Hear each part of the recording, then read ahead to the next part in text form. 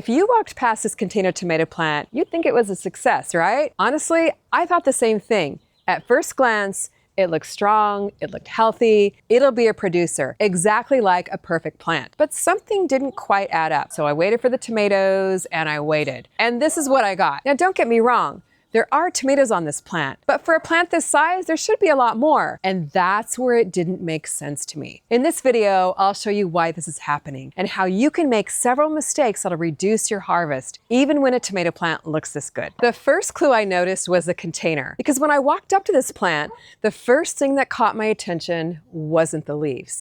It was the size of the pot it was in. Looking at this container, you probably think, yeah, that should be enough space. I mean, look at this plant. It's big, green, and growing like crazy. So nothing here really looks like a problem. But for a plant this big, every time I walked past it, I expected to see a lot more tomatoes than I was getting. But that's exactly what made me stop for a second. Because over the years, as I've been growing tomatoes in containers, I started noticing something pretty quickly. A plant could look great and still not be producing the way it should. So I started thinking about what's happening below the soil, the roots. Because tomatoes don't just grow above the soil. What you see above ground is really being driven by what's happening underneath.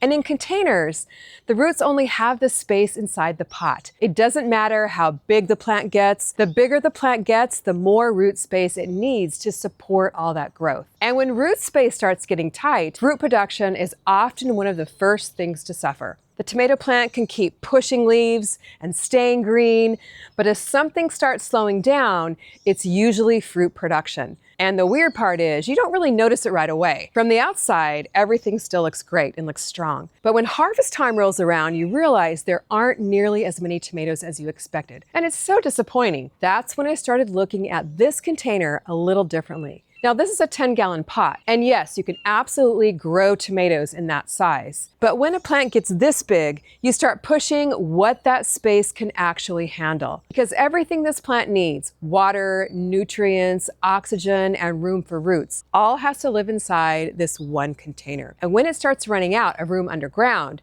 it shows up above the ground as fewer flowers and fewer tomatoes. So what looks like a thriving plant can actually be a plant that's running out of room to support itself. And that's when I started wondering if this one had simply outgrown its space. Now, if you're growing indeterminate tomatoes, the big vining types like Golden Jubilee, Yellow Pear, or Green Zebra, bigger containers usually make a huge difference. For most of those, I like to go at least a 15 or 20-gallon container. Now, smaller determinate varieties like the Golden Jubilee or Tiny Tim right here can handle a smaller pot, maybe a 5 to 7 gallon. But when you're growing an indeterminate tomato plant that keeps growing all season long, a container that felt big enough at the start actually isn't anymore. And that's where container size really matters. Once I started thinking about the container, it naturally led me to the next clue, which is the soil. Because one mistake I see all the time is gardeners just digging up soil straight from their backyard and filling containers with it. And I get it. It seems like soil is just soil. Why spend money on potting mix when you already have dirt outside? But when you look at the potting soil versus garden soil side by side, the difference is pretty obvious. Potting mix is light, fluffy, and full of air pockets, but garden soil stays heavy and compact and pretty chunky. Now imagine being a tomato while trying to grow in this. Which one do you think makes that easier? I'll let you decide. And that's why I never use soil from my backyard in containers. Because in a container, everything the plant needs depends on what's inside this pot. The plant only gets one choice with that soil. That's it. So if the soil is too heavy or too compact, you're already putting the plant behind from day one. And the tricky part is, you don't always see the problem right away. The plant doesn't just collapse. It can still look pretty good. Now, the frustrating part is you can do everything you think you're supposed to do all summer long and still end up wondering where all the tomatoes went. So if you're growing tomatoes in containers, this is one place I never cut corners. I use a quality potting mix made for containers. Now, with this plant specifically, I knew soil wasn't the issue. I planted it in fresh bumper crop potting mix at the beginning of the season. What I like about it is that it stays light, fluffy, instead of compacting over time like garden soil can. And it already has nutrients blended in, which helps support steady growth early on. But even after crossing soil off the list, something still wasn't quite adding up. So I kept looking at the plant, and that's when I noticed something else. The next clue was all these leaves. And the more I looked at the plant, the harder it was to ignore. It just kept growing. More leaves, more growth. It looked really healthy. And that's when I started asking myself, if this plant looks this good, why aren't there more tomatoes? And when I first started growing tomatoes in containers, this is something I picked up on right away, because this isn't a tomato growing in a raised bed. It's in a container, and that changes everything. In a raised bed, there's more soil, more space, more nutrients available to the plant. But in a container, you only have what's in this pot. That's it. So everything happening in here has a much bigger impact than you think. And looking at all this leafy growth, fertilizer started to make sense as something to take a look at, because nitrogen is what drives all this green growth.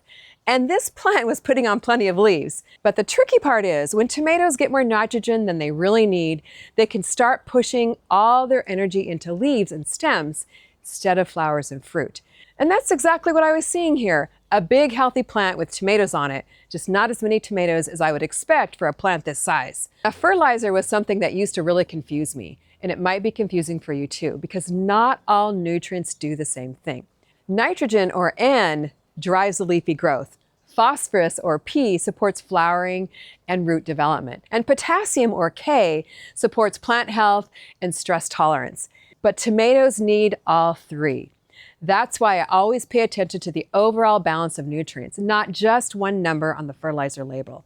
For example, I use Monterey Fish and Growth throughout the growing season. Even though the nitrogen is higher, it contains different forms of nitrogen available over time instead of all at once. So you're not getting one huge burst of leafy growth. But it also contains phosphorus and potassium to support flowering, fruit development, strong roots, and overall plant health. And here's one of the biggest differences between growing tomatoes in containers and growing them in the ground or in a raised bed. Everything that plant needs has to come from what's inside this pot. And every time you water or fertilize, a little bit of that gets washed out. So if you're not feeding your containers consistently through the season, there's just not enough there to support all that growth, flowering, and fruit production. And that's why I feed my container tomatoes every 7 to 10 days, all season long. Not slow down, because it doesn't have what it needs. And looking at this plant, it sure doesn't look like it was slowing down. All those leaves and plenty of green growth, but I still have fewer tomatoes than I expected for a plant this size. And that's what kept bothering me, because it still didn't explain everything. Something else had to be going on too. And then I started noticing something with containers. They dry out fast. And once you've grown in them for a while, you start noticing a pattern. You water it, it looks great. And then not long after, it's already drying out again. Because in a raised bed or an in-ground garden, the plant has a lot more underneath it that holds moisture longer. But in a container, there just isn't that same depth of soil to hold water. And what this means is simple. Containers just don't stay evenly moist for very long. It goes from wet to dry a lot faster than tomatoes growing in ground or in raised beds. And if I'm not checking them regularly, it can feel like everything is fine one day and then dry the next. And that back and forth is what starts to stress the plant out. And over time, that stress starts taking a toll. Now, you may still get tomatoes, but the plant never really reaches its full potential. And that's when it clicked for me. It really comes down to consistency. So I keep it simple. Drip irrigation helps a lot. For me, it's been a game changer. I use the Mr. Landscaper setup in all my containers because it keeps watering consistent without me having to think about it every day. And I like using these adjustable stakes so I can fine-tune each pot depending on what it needs. But whether you're using drip irrigation or watering by hand, the main thing to remember is don't let the container completely dry out. Here's an easy way to tell. Pick up the pot or lift it up by the handle. If it feels light, it's dry. That's your sign to water. If it still feels heavy, there's still moisture in there. Check it again the next day and then water if you need to. Now you can also do the classic stick your finger a couple inches into the soil. If it's dry down there, it's time to water. And when you do water, don't just splash water on the top. Water until it runs out the bottom of the pot. That's how you know the whole root zone got water, not just the surface. Because every time that plant swings from soaking wet to bone dry, it's dealing with stress instead of putting energy into producing tomatoes. Now, is that happening here? Maybe. The plant was growing fast. We had some warm weather, and it's entirely possible that this container was drying out more often than I realized. So water stayed on my list of clues, but it still didn't explain why a plant this big wasn't producing more tomatoes. None of these clues were a disaster on their own. Water, container size, soil, even fertilizer over time. But together, they were limiting what this plant could do. And that's when it clicked for me. It's not just one big mistake you fix. It's a bunch of small things that don't look like much on their own, but they add up over time. And you don't really notice it until you realize you're not getting the tomatoes this plant should be producing. And once you're seeing that, you stop looking at the plant and thinking, what's wrong with it? And you start asking, what is really going on here? That's the shift. You're not guessing anymore. You're reading the plant earlier and fixing what's actually holding it back before it becomes a bigger problem. And that's usually the difference between a plant that just grows and a plant that actually gives you tomatoes all season long. So the next time you're standing in front of your container tomatoes, don't just look at how they're growing.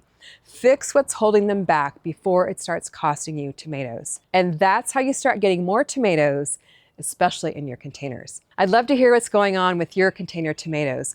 Which one of these clues do you think is having the biggest impact on your tomatoes right now? Thanks so much for watching. See you next time in the garden.